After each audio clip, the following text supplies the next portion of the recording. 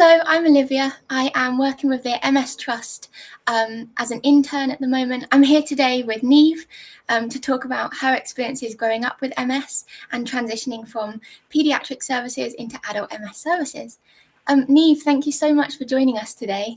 I wonder if you could talk us through your diagnosis with MS, please. So I officially got diagnosed in peak COVID when I was 17, and it was like the worst time, as I just 17, you don't really think of anything is gonna hit you, and then it all started with like pins and needles that wouldn't go away. They just stayed forever, and then eventually the pins and needles didn't go away at all, and then this numbness kind of moved up my body, and I was like, oh my gosh, what's happening? I don't know.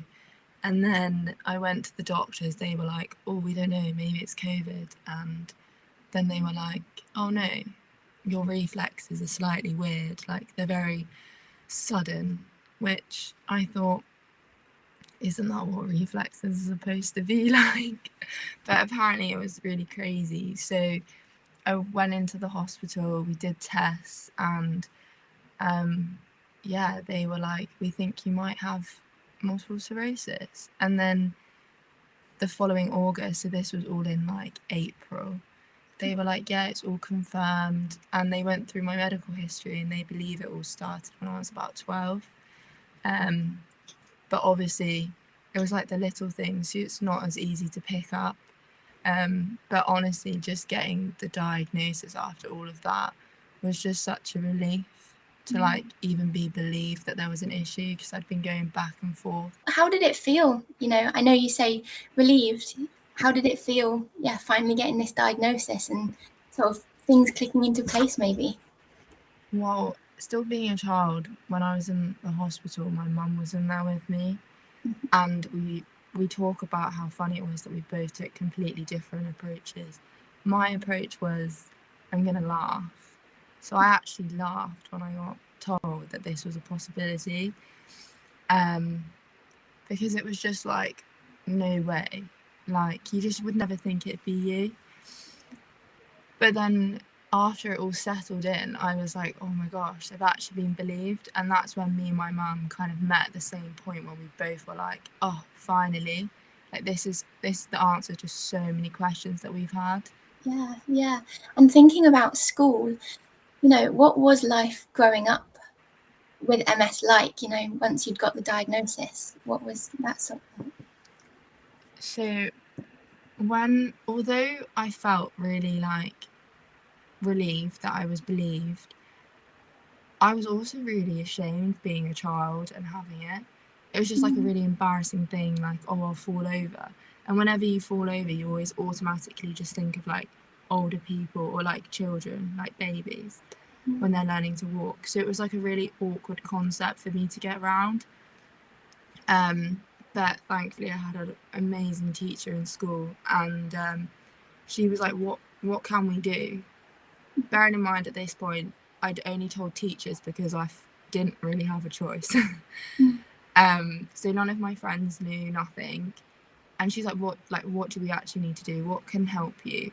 So although loads of other teachers were like, this probably isn't the best thing to do, I actually did an EPQ on the impact of like MS and multiple sclerosis and how it impacts you as a child, especially when you get it slightly later on as a child. And it just taught me so much about MS and so much about different people who'd like experienced it, that it was quite empowering. And then now I educate like anyone and everyone who wants to talk to me about it. But you find once you start talking that there's so many people that you never would have expected to have it, which I think then empowered me more. You say you didn't tell your friends initially. Perhaps when you did tell your friends, were they supportive? When it came to like telling my friends, it was just like explaining to them like something really simple, like, how do you do your hair? Like, I know that sounds really silly, but I know how I do my hair like so well. So then coming to terms with this and then being able to tell them, because I think out of everybody I've ever told, one person knew what it was. And the only reason they did is because their mum had it. And I've known their mum for years and I never even knew. So it's just little things like that. But the rest had no idea. So then when I could explain it, I think it really helped, because then they were like, oh, that makes sense. And then there was that understanding and it was that support. Because without that explanation, they were like, I have no idea. And then you read all this stuff on the internet and I feel like it just makes everything so much more confusing. Yeah, no, absolutely. I suppose it's why, you talking today is so important, because it shows that, this is something that affects younger people as well. And just talking about it makes it more, I don't know if normal is the right word, but sort of like, it spreads awareness. Yeah, exactly. And like, so you don't feel like you're the one you're the outlier, that you're actually just a slightly different group, I guess, in the normality of it all. Yeah. Did you find it difficult to explain what MS was to people? I really like when you compare something to something that everyone knows. So I always, when I'm explaining like the actual like impact of it, I explain it like my charger lead, because I don't know why, but without fail, I always break my lead. And my friends think it's hilarious, but it just is such a good way of explaining it, and then they can see it, because they don't have to imagine what your like nervous system looks like. They know what a charger lead looks like. So it's quite a good way to do it, I think. Yeah, I really like that. It's a really nice visual way. And as you say, everybody knows what a charger looks like, so everyone can relate to that, and see it. Thinking more about sort of more care and services side, how would you describe the care and the services that you received around your MS? So like starting off when I got diagnosed, like the support was amazing. It was very much like, oh my gosh, what's happening? And they were very much like, it's okay. Like, there's so many things we can do.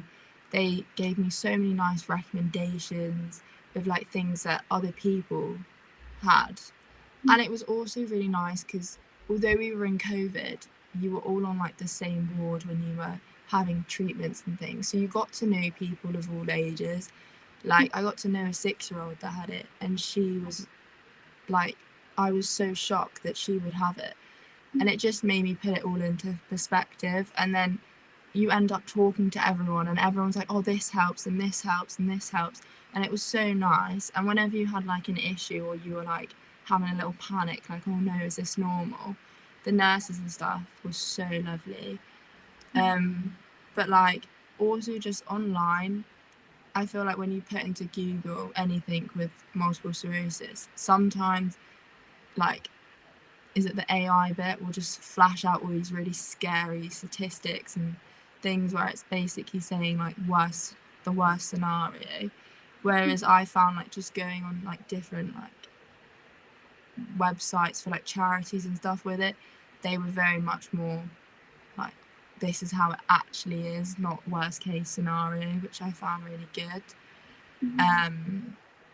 Although like more locally to myself, so not specialized, I, even with a diagnosis, I really struggled, and I still sometimes do, getting more like local support from like my doctors or the local hospital.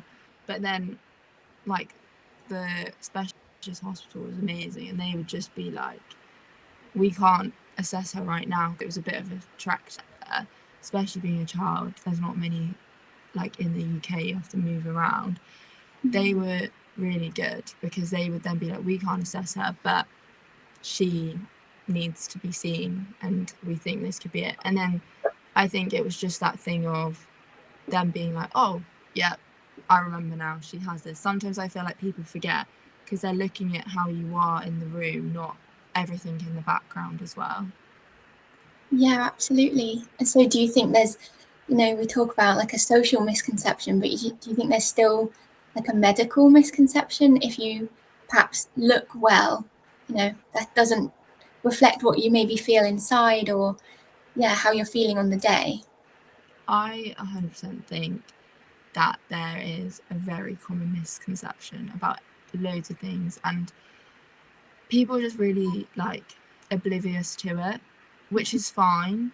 And I think that's the thing, out of everything, that was the one thing I found really, really hard to come to terms with out of all of it, was people being like, but you look fine. And it's like, this is why I try and explain to everyone, I look fine from the outside, but on the inside, you don't know how it's all working. You don't know where the gaps are. You don't know where the pain is. Just because I look normal doesn't mean anything. Thinking about, you mentioned that for sort of paediatric services, there's less specialist places, and you had to move around a lot. Was that, moving around for hospitals a lot or for treatment? It was just finding the most local hospital that could, because I think there's quite a lot of restrictions on when you're a child. I don't 100% know all of the restrictions, but I know you have to have like special licenses to give medication to children, and also just having like the care there, which I thought was crazy. I thought I could go to my local hospital up the road and they would be able to do everything, but they were like, no, we can't. Even though they were the ones that diagnosed me, they were like, we actually can't do anything for you from now on. We're gonna have to transfer you. And I was like, oh, that's such an abnormal concept. I thought when you had an issue, you just go to your GP because they know everything. So it was one of them as well. Yeah. How did that feel, sort of, having to travel for care or having to move away from your local surgery? It was just really abnormal concept. It wasn't anything bad. It was just a bit of a, oh, I thought if I feel unwell, I go to my GP, not like some specialist hospital that's like, I don't know how far away it was, but it used to take me a good hour and a half to get there. But the nice thing was, is if we did go there, we'd try and make a bit more of a day of it. So we'd like go for lunch, or we'd go get a cake or something, just so it wasn't so much of like, you're just going there to have all these tests, to talk to all these people. Like, it's actually a bit more of a day out, which I think was really, really beneficial, to be honest, because it didn't seem like a task as much. But I think if I didn't have that little, I guess, like, I didn't have that little treat at the end or at the beginning, I'd be like, oh, I'm just going there for all the boring things. Yeah, it definitely makes it more of a nice occasion rather than just a hospital visit, I suppose. Or and that gets some family time in, I suppose. Thinking about that, sort of having to move around a lot, how was then the transition from these sort of pediatric services into more adult services, and sort of transitioning to be treated as an adult? At the time, I had the choice. I could go back to my local hospital, or I could just move from where I was, basically next door. And I thought, as I've done my whole journey in this area and I'm so used to going there, that I wanted to stay that distance. So although the whole time I was like, oh, I can't wait to move back so I don't have to go as far, I then realised that it was a nicer transition just to basically go next door. But I did find like the child services were very hands-on, very supportive, were literally there if you needed anything. And I think I had like one specific nurse, and if she was on annual leave or say she was off, I'd have someone else step in. So it was very much like I knew who I was going to get a response from, and I knew it was going to be quite quick, so I could just phone and then I'd get the answer there and then. Whereas with the adults, it was a little bit different. I felt a little bit, I guess you could say, unsupported. I have an MS nurse team, so I think there's like 3 of them. They are really helpful, but they are actually quite hard to get hold of. That would be my only thing, because they're so, like, their phone line's not open anymore, so I have to always email.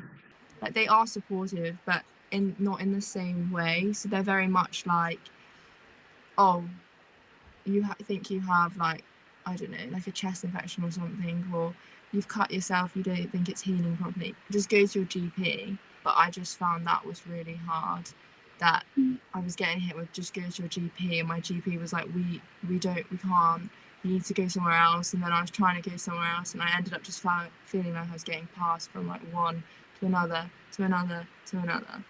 And it was just like a full circle of just getting passed.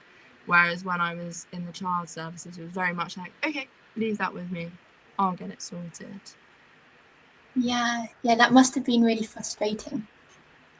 Yeah, I think it was more just because it was such change, and it was quite like, I had my treatment in the child services, like my last treatment, and then my next treatment was in the adult services, so it was very much like bang bang. And then suddenly I was like, oh, I have a question, and they were like, oh, if you just pop it in an email or something like that, whereas when I had a question before, they just answer it there and then. So it was very much independent, and I just suddenly went from having like this great support network to them being like, we want you to try be independent. And I did find that quite hard. And I do remember the first time I went for my treatment in adult, I cried. It was a really awful experience. The nurse was lovely though, like so lovely. She couldn't have done more for me, but I just found it so overwhelming that I just cried. Yeah, so sort of suddenly having to take responsibility yourself and do everything yourself, but was there not the support to sort of gradually lead you into, taking this control? I think they tried, but because it's changing from one hospital to another, although it's only next door, you've got completely different staff and all that. So although there was that trying aspect, I just don't think there was a good enough bridge to actually like slowly transition over into being the independent. And I do also think that was probably down to me a little bit, thinking, yeah, I am independent, I know what I'm doing. And then suddenly getting chucked in this area and being like, no, I don't. I was in denial, like, no, I had no idea.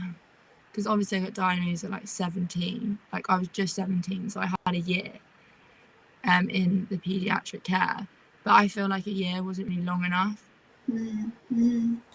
And thinking about, you spoke about maybe the paediatric wards being supportive, just meeting other people and learning from them.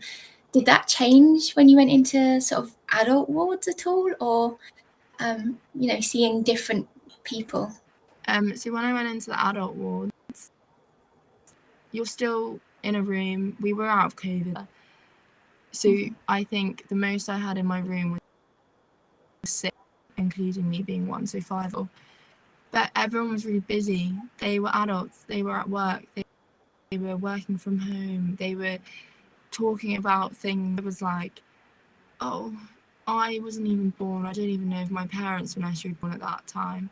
And it was just like this common thing where I was trying, but I just felt like I couldn't get as involved. But everyone was really friendly and like they were lovely. It was just I found it really hard to find anything in common with them other than that we all had MS. But then they had completely different symptoms to me because it was found later on in life. So then I found that also really hard. Like I feel like we're the same, like we have the same thing, but we're so different. Like why? And it just posed more questions, really. Yeah, and I suppose it's so individual that it's sort of, you can't apply the same things to everybody. So it must be, frustrating to try and tell people that. I just think when I was in the pediatric, we were all kind of, yeah, we didn't all have the same sort of symptoms and stuff, but we all had like at least one or two in common. So then you could like bond over that. Whereas I felt there was quite a great divide between me and like the person next to me because we had like nothing in common. Yeah, absolutely. And I know you said you had a year in the pediatric sort of services, and once you turn 18, you do transition into adult services. But do you think that you would have benefited for being in there longer if you could have been? I think if I was younger, maybe, or even if they added maybe like an extra year on, but I think getting it at the age I did was probably, in a weird way, very lucky, because I wasn't so young that it was this thing that I didn't know what I could do. Whereas I was at the age where I was like, oh, I can actually look into this. Like, I have all the tools I need. So I think in a weird way, I was very lucky to get it when I got it. Although I had all the relapses before, and yes, I wish they caught it sooner. I think if I'd got told sooner, I think I would have taken it a lot. I wouldn't have taken it as well, and I wouldn't have known what to do. Well, thank you so much for joining me today and for talking about your experiences. I think, this is going to be so helpful to so many people. I wonder, to finish off, if you could sort of sum up your experiences so far, or perhaps send a message to maybe other young people who have maybe just been diagnosed or who are going through this process, or even, perhaps older people who might not know what MS is, or might not know that, you could be diagnosed at 17. What would be a message that you would send to someone? I always think about the saying, like, life's like a roller coaster. Like, some people love roller coasters. I personally don't like roller coasters. I think they're awful and very scary. But I do think MS roller coaster, sometimes it is really scary, and other times it's nice. You can enjoy it with your friends, your family, and it's fine. I just think it's one of those things you've got to remember, that although it is up and down, there's always support out there. There's always someone out there. And it's just the fact that although it seems scary now, in like 6 months down the line, you'll look back on it and you'll be like, oh, it actually probably wasn't that bad. I just didn't know what was happening. Because it is very much like you could wake up tomorrow and be like, oh, I can't feel my toes, that kind of thing. But it's just taking every day as it is, and you never know what tomorrow's like, so live today, like, no regret, basically. That's how I go about it. I always say, oh, like, if someone wants to go on a walk or something, although I'm not that keen on walking, I can walk today, so I'm going to be like, yeah, okay, fine, let's go do it, whatever you fancy. And it's just little things like that. Just don't think about it too much. If today's a good day, just go for it. Thank you very much. I think this is going to be really helpful to a lot of people. So thank you for sharing your experiences.